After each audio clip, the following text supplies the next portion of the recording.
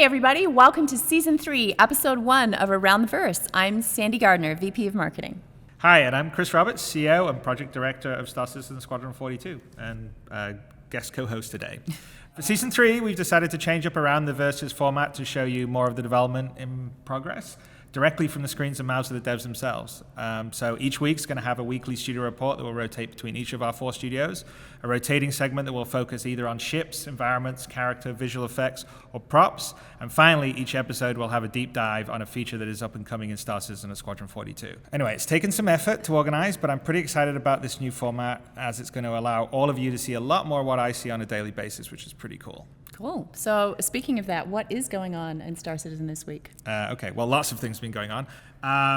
Last week, we just wrapped the last of the PCAP pickups for Squadron 42 at Ealing Studios in London. We've got some great stuff, and it's kind of funny, but David Haddock tells me between all the additional mission dialogue and NPC wild lines, we are now at 1,255 pages of script, which is about 3 times as much as Wing Commander 4. We also managed to get some additional capture for the Persistent Universe while we were shooting. That'll help flesh out the NPCs and life in the various locations you can visit in the near future. So on a closer to home basis, on the SC Live Alpha release, it looks like we may have just solved one of the more difficult to crack bugs that have been holding up sharing the current 2.5 build with the Evocati. So if that goes well, we should go to a wider PTU sometime next week and a full live release shortly after that. We've also been hard at work on a lot of other stuff, some of which we're pretty excited to share with all you guys at Gamescom. So hold tight for that. But right now, we should go to Eric Kyron Davis, who's going to give you the LA studio update. Hey everybody, and welcome back to Los Angeles. I am senior producer Eric Kyron Davis, here with your weekly update. We've got quite a busy week across the entire studio and all the disciplines, so let's just dive in. Our design and engineering teams have been really busy with multiple items, and one of them is atmospheric flight. The implications of this feature are really exciting the whole team, and here's lead tech designer Kirk Tomei and senior physics engineer John Pritchett to walk you through it. We've begun implementation of the first stage of our atmospheric flight model. Ships that look like they can take advantage of atmosphere handle better than those that don't. This means that more aerodynamic ships maneuver better because of how they utilize drag, and they can roll and pitch better in atmosphere than they can in space. Less aerodynamic ships work harder against drag and suffer decreased acceleration and maneuverability. John will allow design to tune the characteristics on a per ship basis, so ships that look like the Gladius will handle vastly different than those that look like the Starfarer.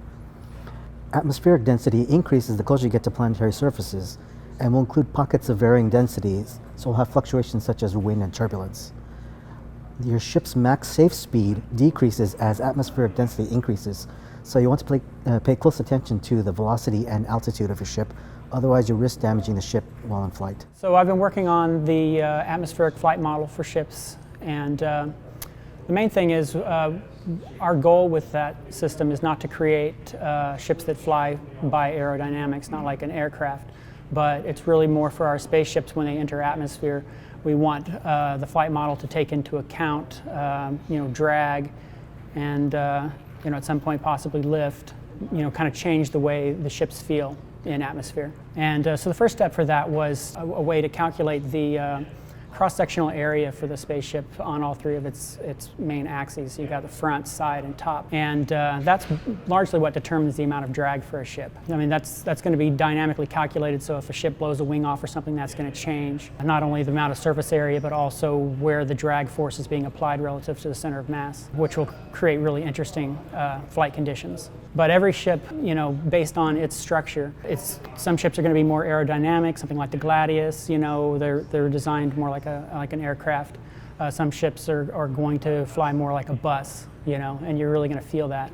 And that all comes out of the cross-sectional area for the ship. There are some things that we can tune into that, like different types of materials might have like a different drag coefficient, so we can kind of modify ships, tweak their performance a little bit, but mostly I think that it's going to be defined based on the actual structure of the ships. All of those things we'll be able to do with our fully fleshed out atmospheric flight in place is really going to bring the Star Citizen universe together. Next up is our animation director, Steve Bender, with updates not only on the ship's animation, but also the Persistent universe. Yeah, last week what you saw is some animations that we showed for the enter and the exits of the ships. for the upcoming milestones, what we're working on is we're working on taking all that motion capture that we shot about a month ago and we told you about previously, and we're getting that into each of those ships. And the first ships that you're going to start seeing that on are the Hornet, and the Super Hornet, and the Freelancer. So for the persistent universe, we're also working on life animations, things such as behind the bar, at a booth, sitting in chairs, leaning against walls, various things within the persistent universe that are going to give the whole thing life, just on the planets in general, and things like that. That faster speed of our enters and the new life they're breathing in the persistent universe, it's really going to bring everything to, well, alive. Our final update for the Los Angeles studio is the update to the male base model. So here's our character art director, Josh Herman, to walk you through some really exciting updates. So after finishing up the female sculpt, we really wanted to give the male kind of the same level of quality. So James Koo, who also did the female, did another pass on the male. He did a new high poly sculpt, a new low poly, new texturing, which he's in the middle of right now, using Mari. It's looking really, really good. We just wanted to give the male the same quality that the female did. So this new male, as you'll see, we've really focused on the hands because being in first person, we want to make sure that all that looks really good. So when you're doing any animations, it looks super solid. He's a little bit more fit.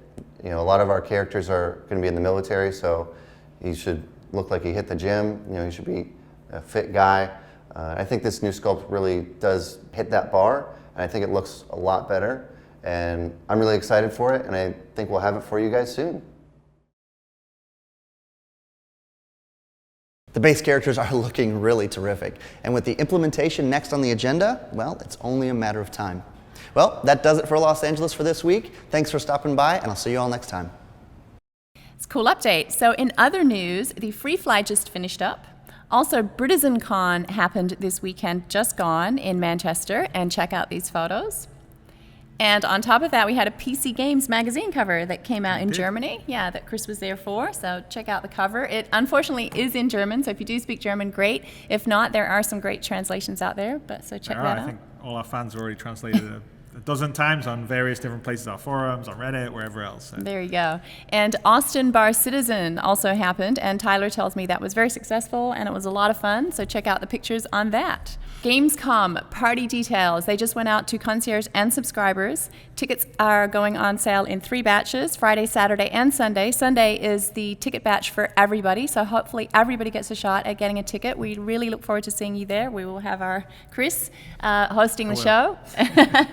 And as always. Yes, and also the Big Benny's, we had quite a bit of a reaction from the subscribers about the Big Benny's t-shirts and the patches, and a request to have more and some of the smaller sizes. So check out those. Alexis has organized that for tomorrow at noon PST. Who would have known noodles would be so big? I know. Well, it actually is pretty cool. And there was a little clip on our YouTube channel, our Star Citizen YouTube channel. And speaking of our Star Citizen YouTube channel, Wednesday we had the subscriber town hall, which was with our LA character art team. So that is available on our Star Citizen YouTube channel. And finally, let's kick it over to ShipShape.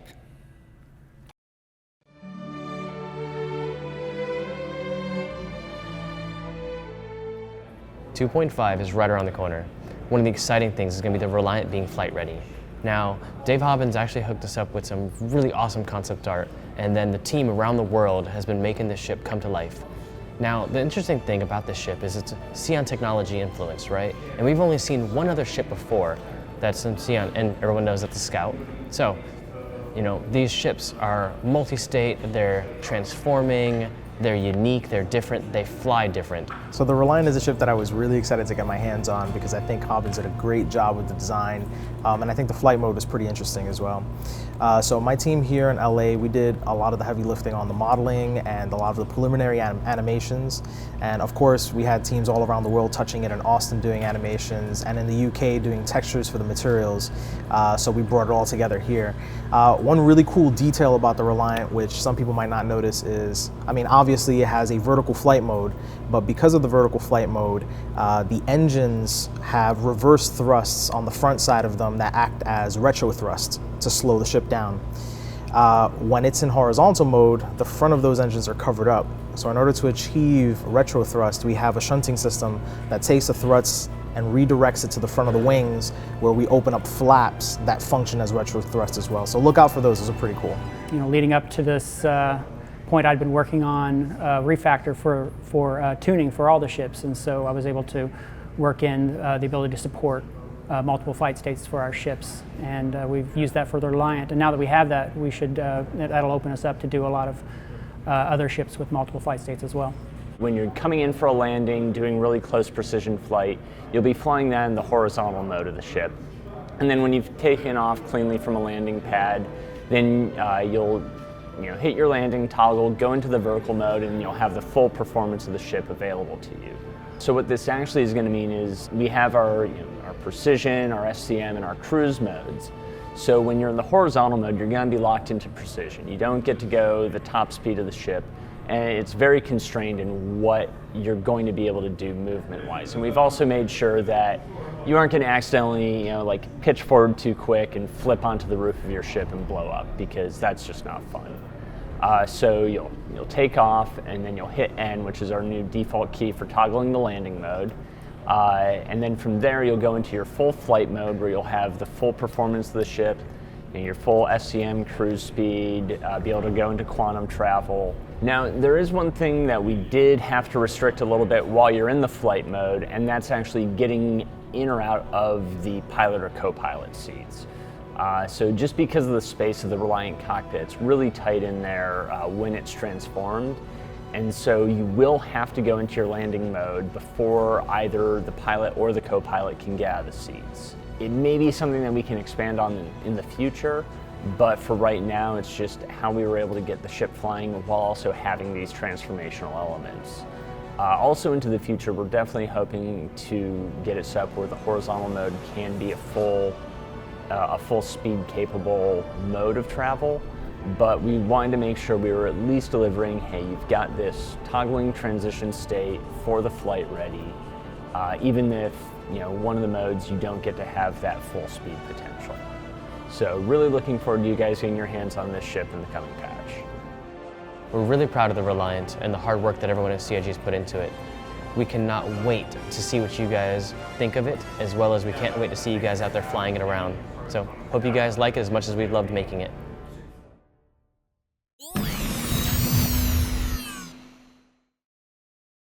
Hey there, Tyler Witkin, Community Manager in the Austin, Texas studio, here to bring you this week's MVP. A huge congratulations to Glantor Enzo for creating some awesome reference cards to assist in learning the updated in-game control scheme. These things are very useful. I went ahead and printed them out myself and have them hanging right next to my desk. So, congratulations again, you're this week's MVP. Back to you guys.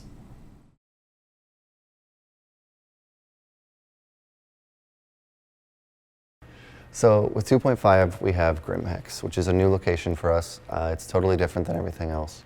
It's grungier, it's dirtier, it's counterculture, it's unique to Star Citizen right now. We don't have anything else like it. So because of that, we want to have unique clothing. And it should reflect the environment. It should be grungier, it should be dirtier. So Jeremiah did a bunch of concepts for us, and we picked a couple, and we're going to use those as our starting point for GrimHex, and it's only going to build from there. The thought process for the GrimHex clothing was to be something different, to show our fan base something different compared to the one you see in Kasapa for Port Olisar. And we wanted to do something that you could express yourself a lot differently through your clothing. So I get the clothing from Jeremiah Concepts, taking his ideas and illustrations and converting them into the game asset geometry. Using his designs, I can create logos and illustrations to make variations of our PU clothing that community can buy and wear and apply to their characters. I can add in-game wear and dirt to the clothing to kind of give it variation as players continue to wear it. And so we looked at a lot of references like Blade Runner. We also looked at a lot of streetwear. And also we're introducing a little bit more to the lore, which is we introduced some band t-shirts. So you guys already seen from our sneak peeks. We have the Lidos, and we also have the Gutter Wash. And so we designed some band t-shirts. Some of them are a little explicit than others, as you can see, but just to spice things up a bit, and having just the same design language and forms and shapes tends to make things a lot boring. So we did the complete opposite of what is in Cassava. So we did a lot of grunge, a lot of angular shapes, and a lot of like I don't care, that type of expression. We wanted to show that through our clothing. Because the clothing is the GrimHex kind of outlaw community, I choose very dark, desaturated colors to kind of emphasize what the logos are and kind of how the clothing appeals to that certain category of our universe. So based on Jeremiah's designs and the GrimHex clothing, a lot of the t-shirts relate to certain bands that are in our universe, like Gutter Wash and the Lidos. So if you ever wore a band t-shirt, they're going to kind of be darker colors, reds, greens, and have a lot of skulls on them. And so, we have a lot of cool new stuff. We have some, some cool combat stuff, some cyberpunk stuff, and we're just going to kind of keep building on that library. But it's not cool just because of GrimHex. Like, this is the starting point for everything. This is the starting point for all our future locations. So every location you go to in the future is going to have its own unique clothing. So you can go anywhere in the universe and you'll have unique clothing, and people will know where you got that from. Be sure to tune in to Reverse the Verse tomorrow morning at 11 a.m. Pacific on Twitch. We have a new and improved format where we're going to have Eric Kyron Davis as the host and 2 special dev guests who were featured on today's show. So come check that out and ask your questions. It will be like a Q&A format and a little bit of a community update at the end. So do that. And as a little side note, we would like to wish Ben Lesnick a very, very speedy recovery. And we want you back in the office as soon as you can, but we looking after your health first. Yep, So. health first, but it'll be good to have you back, Ben. So I'm glad you're doing better, and best wishes from everyone here, and I'm sure the community too. So with that, that's the end of the show. As always, we need to thank subscribers for making the show possible in the first place, and I'd like to also thank the backers out there for enabling us to be building the game of all our dreams, all the devs that are making it, all you guys out there. And we're building something incredible and special that no publisher would ever allow you to be able to build, and that won't be possible without everyone that has backed the game so far. So hopefully you've liked the new format. We'll be doing a lot more of this. I'm pretty excited by it. It's really great to show everyone what we're working on, and we'll see you next week. Bye.